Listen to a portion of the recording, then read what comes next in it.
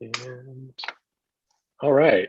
So thank you everyone for joining us. Welcome to June DevOps Toronto meetup.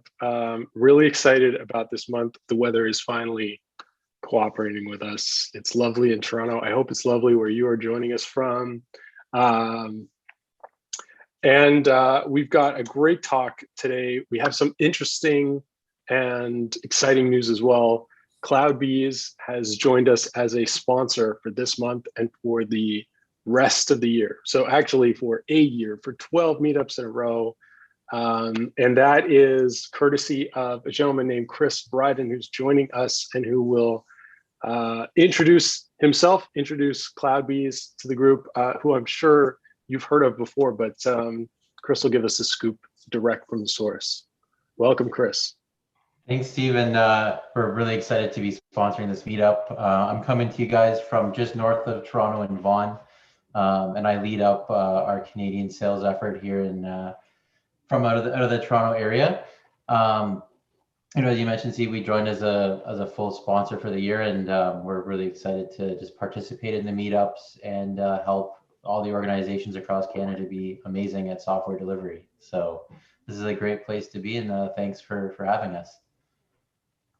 Welcome, welcome. I wanted to give you a chance to introduce DevOps World. I know it's off in the distance at the moment, but coming up soon. I'm sure it'll be here before we know it. Yeah, for sure. So, I mean, I'm sure a lot of you are familiar with DevOps World. It's put on by Cloud Bees, but a lot of it is also for the Jenkins community at large, and then just the entire DevOps ecosystem. Obviously, it's unfortunate, but it's virtual again this year. But we had an amazing event last year. We had, what we've noticed, I'm sure as you've noticed with this meetup, is we just get huge numbers of people that participate, and a lot of that is because the cost of entry is free. So that'll be the case this year. Registration is going to open up soon. I was checking today; it's not there yet, but if you check at devopsworld.com, you'll be able to go ahead and register. And then as we get closer to the event, we'll be announcing the agenda. And we look forward to having a huge event. Last year, I think we had about 25,000 registrations, which was crazy.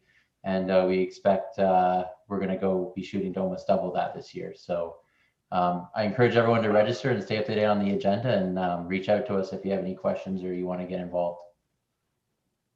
Awesome. I just thought, I was like, as I picked up my mug, I was like, I should use my DevOps World mug from last year, but I missed the boat. I missed the boat on the promo effort. No worries. We'll work on it. It's the start. It's the start. Yeah. Maybe next month. I also want to give a shout out to JFrog, our longtime sponsor partner. I don't think Ari can join us this month, but I think you all know JFrog by now. They are artifact wizards, and you can check them out at jfrog.com to learn everything about the artifact aspect of the CI/CD pipeline and DevOps toolchain. So check them out. They are wonderful sponsors. They just had an event last month, but I'm pretty sure they're constantly coming out with things like webinars and other content that you guys can check out. And with that, I also want to give a shout out to my ebook. I've got some great feedback so far, but I'm always looking for more. So if you haven't had a chance to check it out, the book is Flow Engineering. It's all about mapping techniques that you can use on your own, you can use with your team. And I think they're fantastic. I have yet to have a pile of feedback telling me otherwise, but you could be the first. So check it out. Read it and let me know what you think. I'd love to hear whether you're using other mapping techniques with your teams, or if you've adopted some of these techniques and you've got some results to talk about. So check that out and let me know what you think. I would really appreciate any feedback about that. And with that, I'm going to hand over to Kiran, who's going to take over the show. Thank you for joining us, Kiran. Really excited to hear about what you're going to share today. Awesome. Thank you. I'm going to stop my screen share and let you take it over. Yeah, I'm going to. There it is. You see my screen, okay? Yeah, perfect. Awesome. Well, thank you for the opportunity. Really appreciate getting together with a bunch of DevOps geeks, just like myself. Maybe I'll do a bit of my background, then we'll jump into the presentation. The goal for this is to keep it conversational. So if that's okay, from a format perspective, Steve, just unmute yourself, ask me a question. Let's keep it conversational. I didn't want to make it like a, presentation style event. And I'm assuming we have about 40 minutes or so we can wrap up. You could use the last 10 minutes for questions. Is that fair? Yeah, that'd be great. Yeah, if you've got half an hour, that's probably perfect. Okay, I'll keep it within 30 minutes then.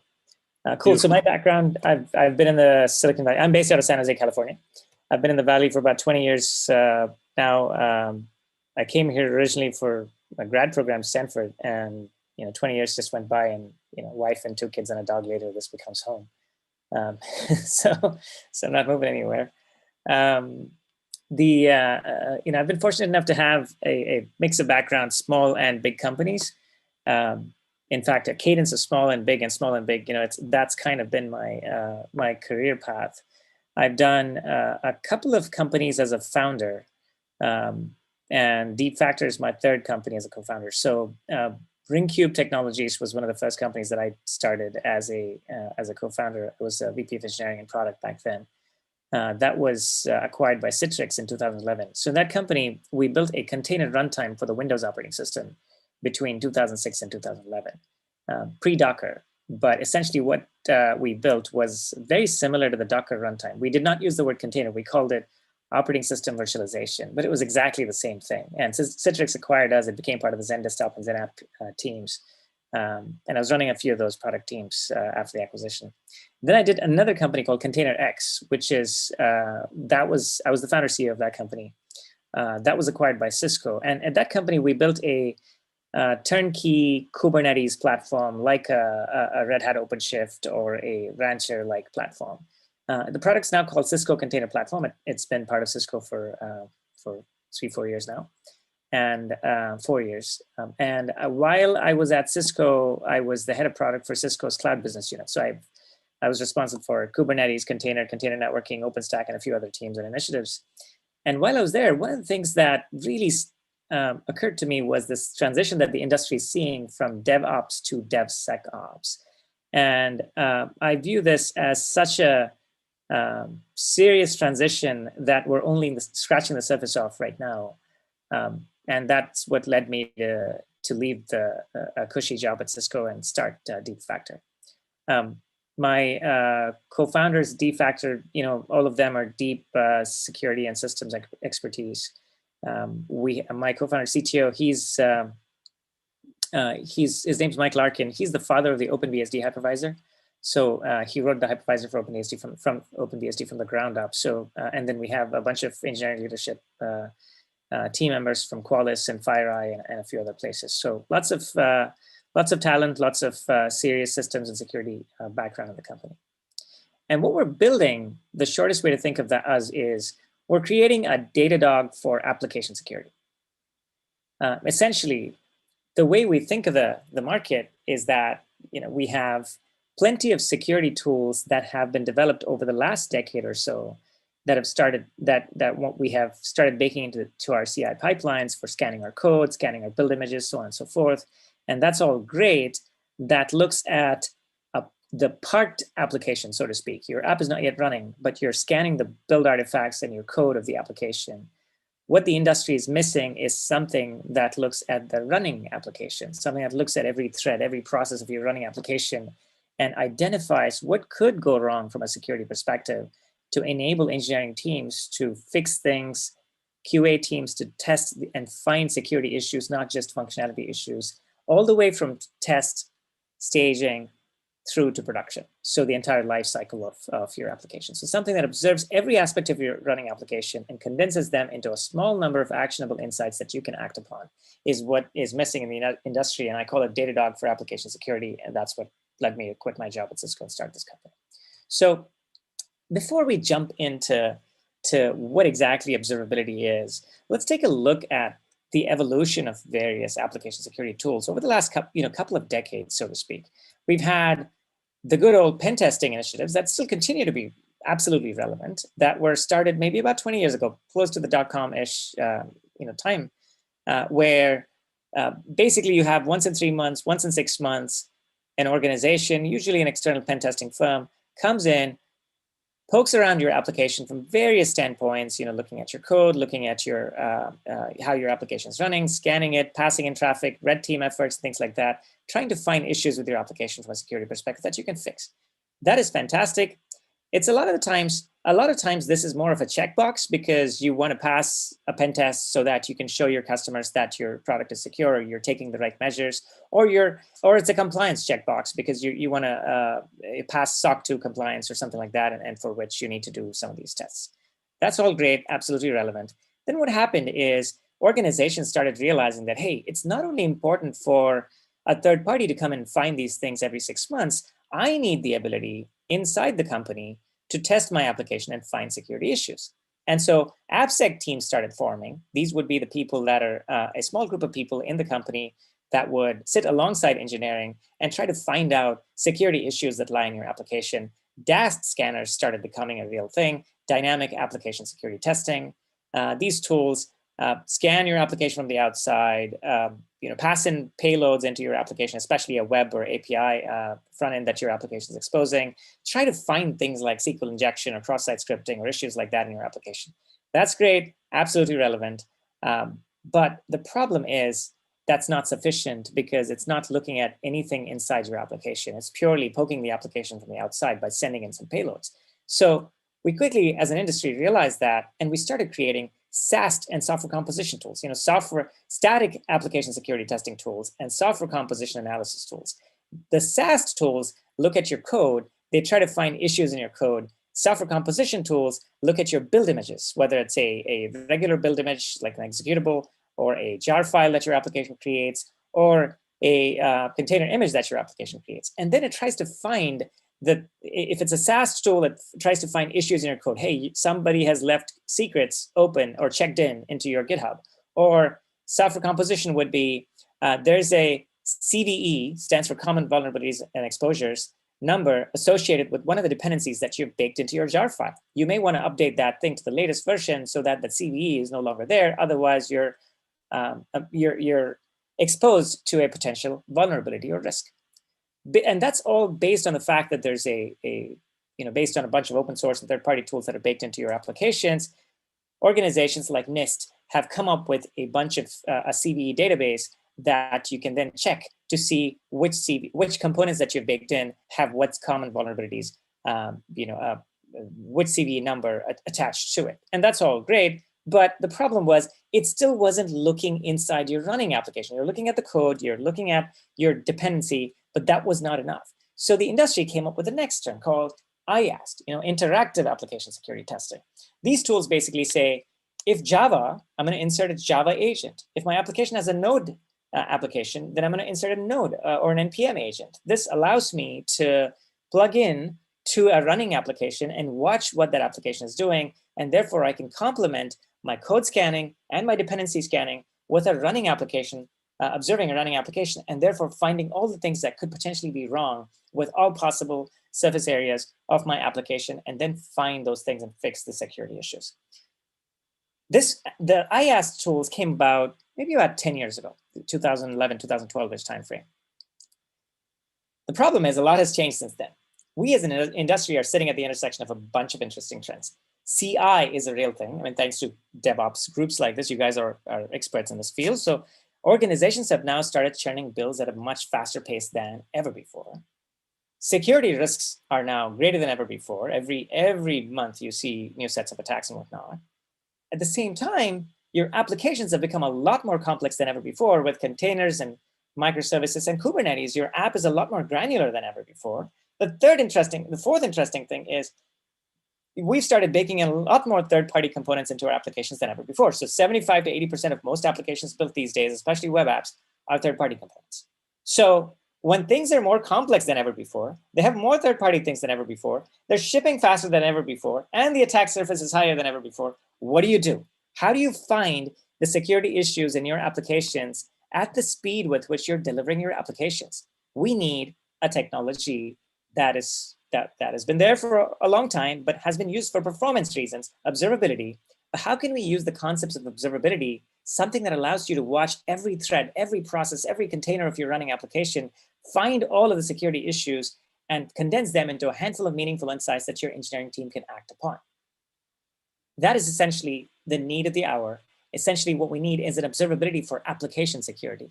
And at DFactor, we create just that. And there's other observability platforms as well that are out there. So I don't want this to be thought of as a sales pitch for DFactor, but we're definitely one of the thought leaders in the space. So happy to answer any thought leadership questions, as well as DFactor specific questions if they come up today.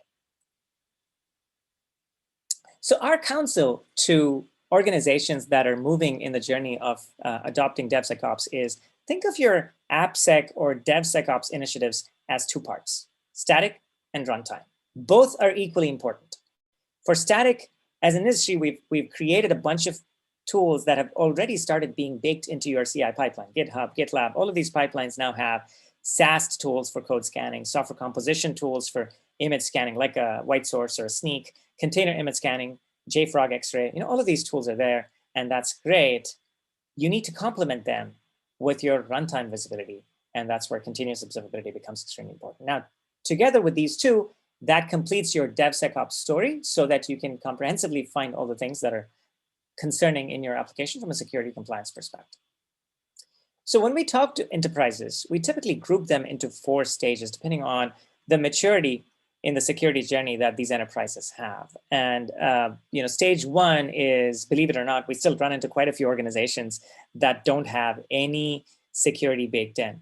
Devs write code, QA tests functionality, and releases shipped. There's 0 security checks, other than maybe an occasional pen testing that happens once in 6 months. Stage 2 is organizations that have gated security checks. These would be cases where your devs write code, your QA tests functionality, AppSec team comes in at the last minute, they try to find security issues based on some testing once you have a release candidate build, and then they try to find issues. And if they do find serious issues, the problem is engineering teams is all hands on deck trying to fix the security issues, context switching from their main job, which is building functionality. And this really delays your release cycles. And so in organizations with this kind of culture, AppSec is viewed as the enemy to engineering. They're the guys that stop releases, that make your release slow down, even though they're trying to help you by trying to find security issues. But stage 3 is companies that have basic DevSecOps thought process already in place. They're already embracing the culture of AppSec team not being an enemy, but rather a friend to the engineering teams. AppSec processes are trying to be baked into your CI pipeline. So you have set up a Jenkins or a GitHub or a GitLab or one of these pipelines, and you've started putting in code scanners and dependency scanners into your pipelines so that you can find issues in your code, whether somebody left your clear text passwords or keys in your code, or issues in your dependencies by doing a simple dependency scan. All of that is now beginning to get baked into your CI pipeline, and that's great. And the most advanced organizations that we talk to fall into stage 3 today. But they're still missing a whole bunch of things around QA not having visibility into application security, there being no visibility into runtime application security, so on and so forth. That's where stage 4 comes in. Stage 4 is the holy grail of where you want your DevSecOps to be. It's DevSecOps with continuous observability. So not only do you have code scanners or dependency scanners that are placed in as part of your CI pipeline, but you also have runtime security visibility baked into your CI pipeline. For example, if you use our tool, you simply turn on or DFactor or some other tool, you simply turn on observability during your test phase, and you choose to leave it on in pre-prod or even in prod if you like. And these tools basically allow your application to run, and while your app is running, they observe the various things that are happening in your application, in every thread, process, etc., For example, what system calls did my application exhibit? What library calls did it make? What web interactions did it exhibit? What API behaviors, et cetera, condensing all of these things into a small number of things that could be concerning or things that you need to fix before you ship to production. So that is the holy grail of where you want your DevSecOps to be. And if you don't have that, then what happens is you don't get this visibility during test, staging, and prod. You simply get visibility in your code and build image scanning. And that results in more security vulnerabilities going into production. And as we all know, fixing things sooner is orders of magnitude better than fixing things later. If issues go into production, if there's a breach, it's going to cost you a lot of money because, apparently the study that was made was $3.86 million is spent on an average trying to fix a breach and deal with the ramifications of it. If there's no breach, you're still lucky. But if your application still has vulnerabilities after it goes into production, it still is more expensive to fix them in production, apparently 60x more expensive. And I'm sure these are all backed by studies and the links below, to fix things in production than it is in pre-prod. But if you do fix them and find them during your test and staging, it's a lot more economical. Plus, the speed with which you get to resolve these issues is at the pace of DevOps, meaning developer checks in something, let's say brings in a third party, the third party behaves in a bad way. It's not a CVE, so your dependency scanner won't catch it. It's not your code scanner won't catch it because you're not scanning your third party's code anyway into your, you're not checking into your Git repo and scanning it. So if you catch those runtime behaviors during the course of your development, let's say, for example, it's part of your CI pipeline, the very same evening when your nightly build is created and tested, then your developer gets to know that the very next day. Hey, you brought in this third party, and that third party made an outbound connection, from Toronto to Antarctica, for example, and the application catches it, and you can your CI pipeline catches it. You get a Slack notification, you fix it, and you're basically shipping a much more secure application from the ground up. So that, in a sense, is the holy grail of where you want your DevSecOps to be. And if you think about the existing tools like SAST and software composition, container image scanning, and DAST and IAST tools, to summarize the limitations of these tools, with SAST, you're only looking at the parked car. You're not looking at your running application. And you're not scanning the code of your third party because they're not really being checked into your GitHub repos. With software composition, you're simply looking at the build images and mapping them to a bunch of CVEs, but you're not really running your application. So you don't know what issues could exist in your application that are not mapped into a CVE. With DAST and IAST tools, they're really, the latest tools that are available here are still over a decade old. They were designed pre-DevOps, pre-Kubernetes, pre-everything we care about from a modern application standpoint. And their insights are limited as well because it's purely web insights. But these days, attack vectors come up in all layers, including system call layers, which none of these tools cover. None of these tools on the right cover. Therefore, time to reimagine. So if you were to think about what is the right tool that is necessary for the runtime side of the story today, then it's really something that should take a DAST and IAST tools that exist in the market, and it should offer you a lot more than that. And that's why we created the Continuous Observability Platform. It's a platform that is designed for the shift left world. So you turn it on in your test and you choose to leave it on in pre-prod all the way through to prod. It provides visibility into every thread, every process of your application while your application is running. And if it can do that without you having to change the code of your application, without asking what language your application is written in, that's really the power of observability. That's how you would measure which observability platform is right for you.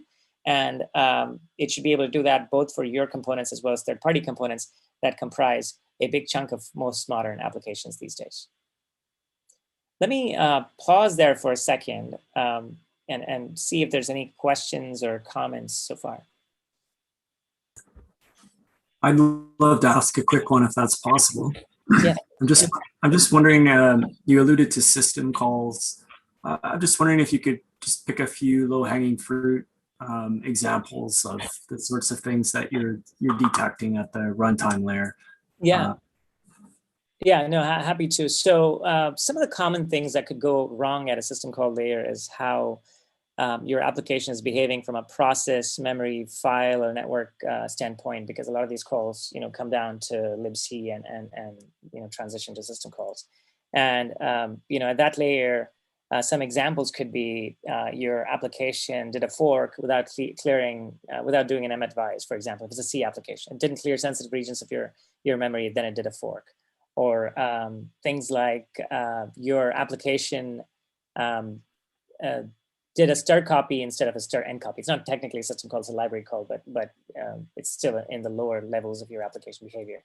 So you did a start copy instead of a start N or a start L copy, and that's for a C application, right? So the lower layers of the risk profile typically apply to either compile applications or the interpreter itself. Sometimes we find out that when you run the factor against your Java or Node.js applications, the issues that we find at the higher layers might refer to the areas of the code that you've written, but the issues that we find at the lower layers, we actually find interpreter issues. Like privilege escalation behaviors in the Java interpreter. Believe it or not, Java interpreter, Node.js interpreter, I mean, they still have lots of underlying issues that we sometimes collect, and our plan is to go report it upstream and have it be fixed by the community as well. So yeah, and that hopefully that answers your question. That's interesting. Thank you. Yeah. Any other questions, guys? Kiran, did I hear you right in when you said this doesn't require any kind of modification at all to the code? Yeah. There are some observability tools that may require modifications to code, which is why when we created Deep Factor, we wrote it down as a fundamental tenet that we will not require the customer to modify code. So with Deep Factor, and that's where we filed several patents actually. And having a co-founder who wrote the hypervisor for OpenBSD truly helps, because he's been teaching, Mike Larkin has been teaching security for 20 years as well. So with his background and some of our engineering leadership, we created a platform that doesn't require any code changes, that's language agnostic. So one of the problems with some of the older generation tools is, let's say, for example, you're trying to instrument a Kubernetes application that has 20 containers. It's pretty common for you to have 10, 20 microservices in your Kubernetes application. With these older tools, what you have to do is you have to, first of all, crack open each of those 20 containers. You have to identify what language it's written in. And then say, oh, if Java, follow these steps to install a Java agent. If Node.js, follow these steps to install a Node agent. And oh, by the way, these are third-party applications. 12 of the 20 containers that I have are third-party applications, and I don't know what language they're written in, so I'm not going to instrument them. So it becomes this cumbersome task, and most of the times AppSec teams don't even know what language the product's written in, because they're just looking at the post build container images. So with what we said is, with Deep Factor, what you do is you simply drop in Deep Factor as a webhook admission controller into your Kubernetes, and then you specify which pods you want to get monitored, and all pods automatically get a tiny little .so kind of inserted into the init of those containers running in those pods, and they automatically get observed, whether it's third-party containers, your containers, doesn't matter what language is written in, and all of that. So it's as simple as drop something into your Kubernetes, specify a couple of flags, and you're set, as opposed to the alternative of opening each container and looking at it. Cool. Okay, one question I have. So where does this tool lies? Is it part of the CI/CD pipeline, or it lies as a APM injector on the platform where my application is hosted? Yeah, it's part of that's a great question. So there's a couple of ways to bake this into your pipeline. One is when you're in your test environment, when you're running your automation test suite, you flip the switch on to have Deep Factor watching your application behavior while your test suites are running against it. Some cases you might say, oh, but I don't have a robust enough automation test frameworks to exercise all the coverage of my application. In that case, don't worry about it. What we've done is we've baked in a dynamic application security testing scanner into the Deep Factor product itself. You can trigger a scan of the application by either exposing your web interfaces or your Swagger documents for your APIs. So it'll do an API scan of your app or a web scan of your application. And while the dynamic scanner is running and finding things like SQL injection and things like that, your application code paths are being exercised more and more, so DFactor gets to see more things inside your application. So it's a great complement. It's one of those cases where 1 + 1 is greater than 2 kind of thing, where you get to scan and you get to watch from the inside, so you get to find greater surface area of application behavior. Yeah, but generally endpoints, for example, a Spring Boot like of application, we would have a limited exposure of the endpoint, the actuator endpoint. So how this application hooks into that? How does it increase the scope of observability? Yeah. So one of the first things that we do is when you run DFactor or drop it into your Kubernetes, or say the CLI that we have is called dfcuttle. Dfcuttle run your application, or dfcuttle run your container. DFactor inserts a tiny little .so file into your application process. And then every child process that your application creates, DFactor carries through, that .so file carries through to the child process. And that all kind of magically happens. So all you have to do is dfcuttle run my app, or drop it into Kubernetes. And then when your process is executing certain calls, DFactor is like a fly on the wall, simply watching, okay, you did that, you did that, you did that. And then it captures all of that telemetry into a buffer, and then it flushes the buffer to the DFactor portal. The DFactor portal is something that you can set up on your AWS, on your EKS, or we have an EC2 instance, or you can even set it up on a VMware environment because we have an OVA too, or any cloud for that matter. And then those are the two parts. So the part where you run dfcuttle would be sitting alongside your test environment, and the DFactor portal is something that you would set up in whatever cloud you would like, which would take all of the time series data, and then it would detect anomalies in the time series data to condense the issues down to security issues. Okay, good. Cool. So what we have essentially created is just like how over the last 5 to 7 years, we've seen the emergence of Lego blocks for various parts of your CI pipeline. CI meaning build fast. And there's a bunch of billion-dollar companies that got created with CI, right? Continuous delivery, another bunch of unicorns got created in that area for deploy fast. Continuous testing is, again, a bunch of companies there that detect functionality bugs fast. The next phase of innovation, which is over the next 5 to 10 years, is how do you find security, compliance, and performance risks fast at the pace of CI? And that, in a sense, is what we call continuous observability. And at DFactor, we focus on the security and compliance aspects of it. So hopefully that helps you kind of place us and figure out where our Lego block is with respect to the other Lego blocks. Cool. So the way, like I said, the product works, I'm happy to kind of get into the weeds a little bit and do a quick 2-minute demo if that's something that people would prefer. If not, I'm happy to stick with the slides and conversation. Steve, what do you think? Okay to jump into a 2-minute demo? People like demos. All right, let's do that. Yeah, I like demos too. So basically what we do is, like I said, zero code changes to your application, language agnostic insertion. You can bring in Kubernetes, Docker, or a traditional application that is not containerized, no problem. And you can set up the DFactor backend on any cloud. The performance overhead of running DFactor and watching your application run is low single-digit percentage overhead. So it's not something that you'd notice. It'd be like a fly on the wall. You wouldn't even know that it's there. And then you can plug into CI. Everything that DFactor has is available as an API. We call it Observability as Code API. Just like you use the infrastructure as code API to spin up and down infrastructure, you could use the Observability as Code API to trigger, to start DFactor, get the list of alerts, filter them, use that to gate your builds. All of that can be done using your CI scripts that we have.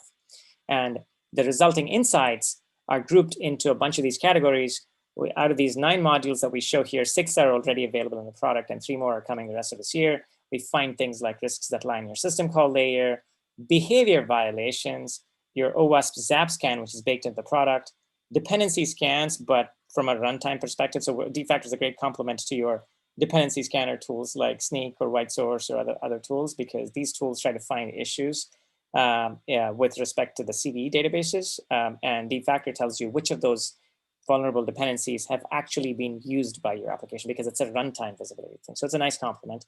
We also get software bill of materials, which is actually pretty basic, and it's so useful when it comes to SOC 2 and other compliance standards. Many times, people just want to use deep factors just for the bill of materials, because you have so many things that you bake into your applications, especially third parties, that you don't know what is all baked into these third-party applications. So what if you could simply run one command, dfcuddle run my container, and you get all the bill of materials in one simple pane of glass. So that itself is powerful.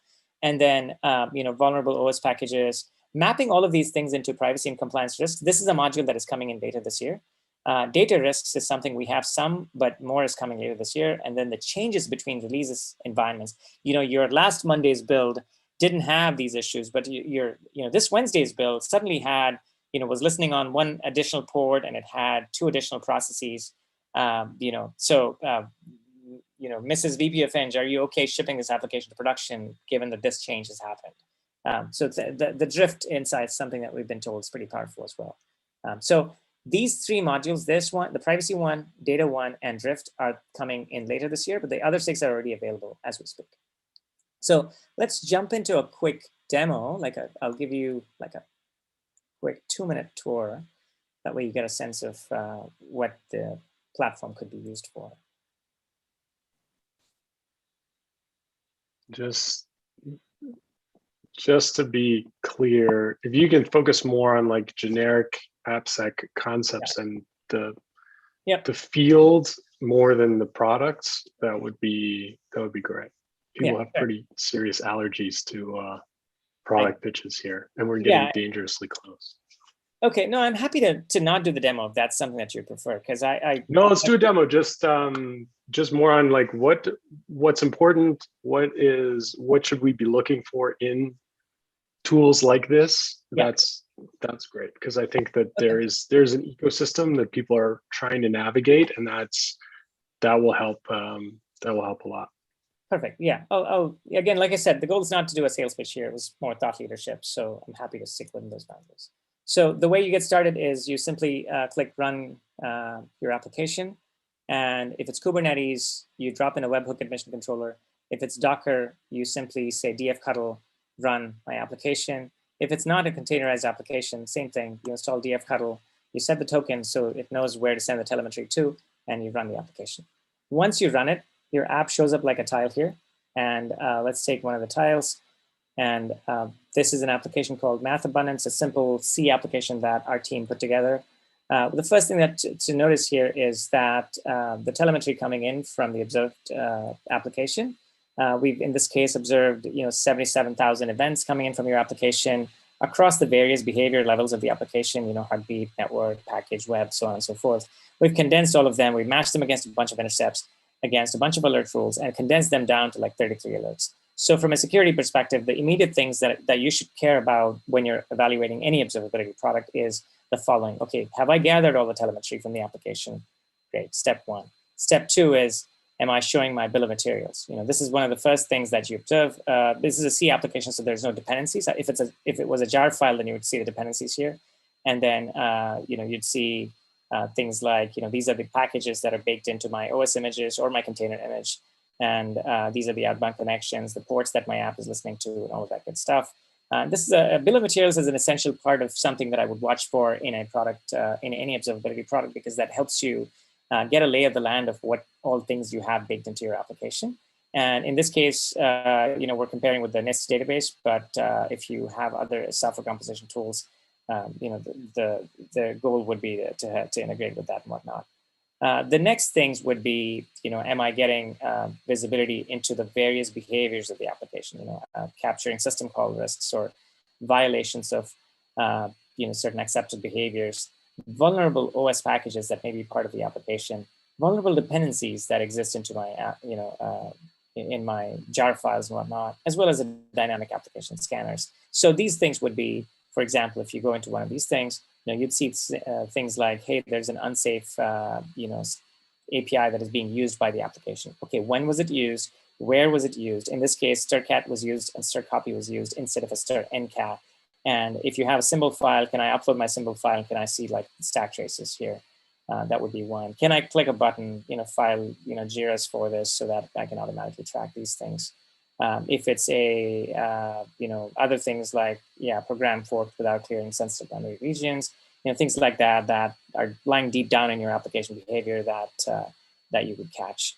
Other things would be behavior violations, and examples of behavior violations. I'm just going to go to the alert policy so you get a sense of the kind of behavior violations that one could watch for. Is all these things, is my application making an outbound connection to an address that couldn't be resolved? Is my application making an outbound connection to outside of the United States or Canada in your case? Or is my application writing to certain parts of the file system or loading certain bad libraries from unexpected locations and things like that? Or lots of interesting things around privilege escalation behaviors or buffer overflow behaviors, et cetera, that could be caught by your application. I'm happy to go into the details on a separate note, but hopefully that gives you a sense of the kind of things that one would watch for, with an observability platform. Did I stay within your boundaries, Steve? That was great. That was a great overview, and I think highlighted things to look for and what those things look like. So well done. All right, cool. Yeah, so guys, as you think about your DevSecOps, like I said, think about it in two parts, static and runtime. For static, put your code scanners, put your dependency scanners as part of your CI pipeline, but make sure that you add a runtime counterpart to it so that not only your devs, but also your QA team and other folks get visibility during your test, staging, and production into the actual behaviors of your application. Because many times, static code is only going to look at one portion of your application, which is your code. But third parties get missed from a running application perspective, and those are all things that you cache. By doing all of these things, you are essentially going to ship your releases on time with acceptable security, with great security actually. And when the 6-monthly pen tester comes along, you would have already found most of the basic things by yourself, and your pen tester can use their energies to focus on the more complex things that require humans to find these issues. And all of these things can be done with a much faster mean time to resolve your issues if you make sure that you bake all of these things into your CI pipeline. So whether you're using Jenkins or using some of the pre-canned pipelines like GitLab or anything like that, it doesn't matter. You should be able to bake these things properly if you use, pick the right set of tools, spend the right kind of time, saving your organization a lot of money in the long run, a lot of security and reputation and whatnot. And time and speed. You no longer have to delay your releases because some team is going to bang at it, your app to find security issues. It's just happens as part of the pipeline. So the way I like to think about it is good engineering teams move fast, great engineering teams move fast with confidence, and continuous observability is the missing piece in our Lego block that I think gives you that confidence. So you get to start left. You don't get to shift left. You actually get to start left, and then you secure your applications right at the source, all the way from your code, your build images to your runtime. That concludes, my presentation. I'm happy to take any questions. I still have 10 minutes to spare. So.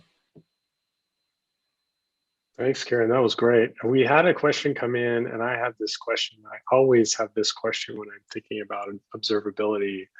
Is what is the overhead of this? Like, what kind of penalty am I incurring for this kind of continuous monitoring behavior and capability? Yeah, it depends on the kind of observability you get. Like, there are some observability platforms that look at eBPF-based approaches. There's some observability platforms that look at other layers of the application behavior using preloads and whatnot. The overhead that we see typically varies from low single-digit percentage to higher single-digit percentage. I would kind of use an APM tool as kind of the benchmark. So if your overhead is crossing the APM tool, then it's something that you want to think twice about. But make sure that when you evaluate it, it doesn't it stays under 5% overhead, because that's when it becomes unnoticeable. Another thing that I'd like to have you consider is, from a performance perspective, think about it in two parts. One is the compute performance overhead. The other one's the network performance overhead. The compute performance overhead is typically your CPU and memory overhead. And that is, in a lot of these observability platforms, not as heavy. Network performance overhead could be heavy depending on how much data is being shipped over to the backend. So keep an eye on that. Ask the vendor for throttling mechanisms and things like that, so you can have a sense of which ones can be are appropriate for your environment. Very cool. Another question from me. We're talking about shifting left, and I'm always kind of trying to encourage teams to start with security. And it's one of the problems I have with the word DevSecOps being like sec being after dev. But yeah, so what role does AppSec play pre-dev? Like, what sort of things do you have teams look for, consider, design into their applications to make this easier? Obviously, you know, you're aiming to catch things after code, but is there an aspect to this before code? Yeah, there definitely is, and you know, when I'd encourage thinking about it in two parts, right? One is, if you're creating a new application. Number two is if you're taking an existing set of legacy applications and making sure that you find issues in them. If you're building a new application, and usually these days we're seeing more of that because people are trying to microservicize their application and whatnot. And it's like this new opportunity to rethink your security stack as well as other parts of your stack as well.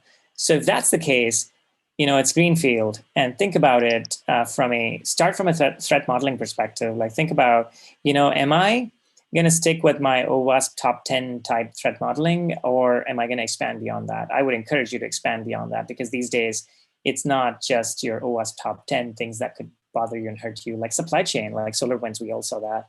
I mean, there's other things that, you know, so there's other things that are important. Add that to your threat model. Like, think about your supply chain, think about your OWASP top 10, think about your other risks, like the lower level risks in your application, code execution system called whatever risks, and add all of them to your, what is it that I should protect myself against? And then I would add compliance to that thing as well, and say, okay, what are my organization's needs from a compliance perspective? And then for each of these 4 buckets, you know, I would think about, okay, for supply chain type things, I need to understand bill of materials. For you know, OWASP top 10, I need to make sure that I have the right scanners in place and other you know, checks.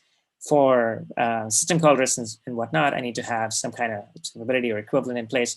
For you know, behavior violations, you know, you know, am I putting some guardrails around do I need to put in some guardrails so that my developers can never cross those guardrails? Or if they ever do something, you know, that violates those guardrails, then I get notified right away as an AppSec team.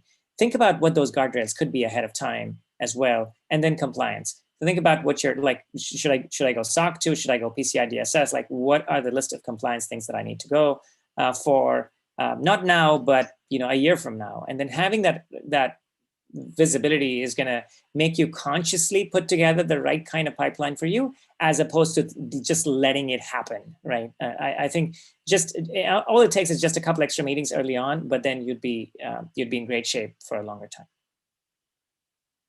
And yeah, that's a great list.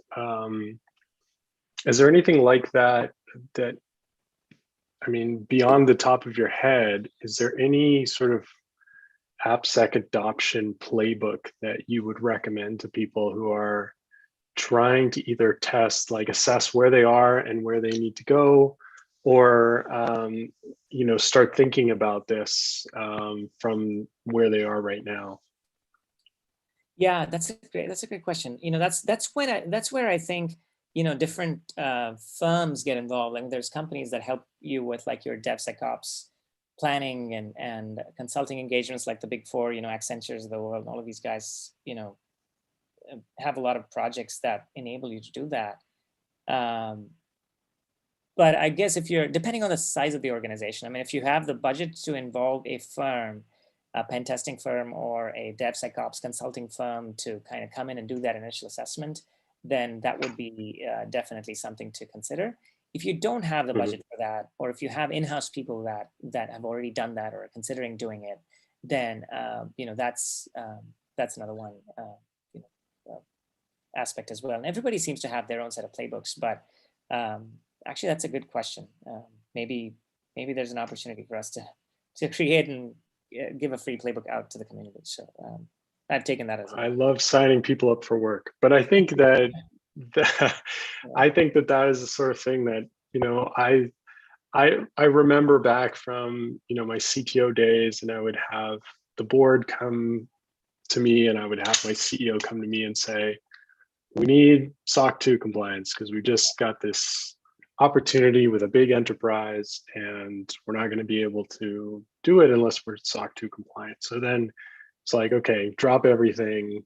What do I have to do starting today? Yeah. And I think that for something like security, it's scary territory, right? It can mean it's very big and very deep, and that sort of thing is kind of interesting.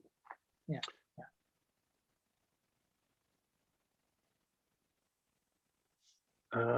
Ravinder asks, what is the engagement model? Engagement model with JVM based, host unit based, or anything else? Oh, like the pricing model for Deep Factor, you mean? Yeah, okay, that's Ravinder, I'm having a hard time hearing you. Could you? Yeah, so basically, how do we engage with you? I mean, is it JVM based, host unit based? Because we are working with different vendors, so I just want to analyze how you work differently. Yeah. No, I'm happy to have you guys. Just contact us at the email below. We're happy to have one of our account directors will reach out to you.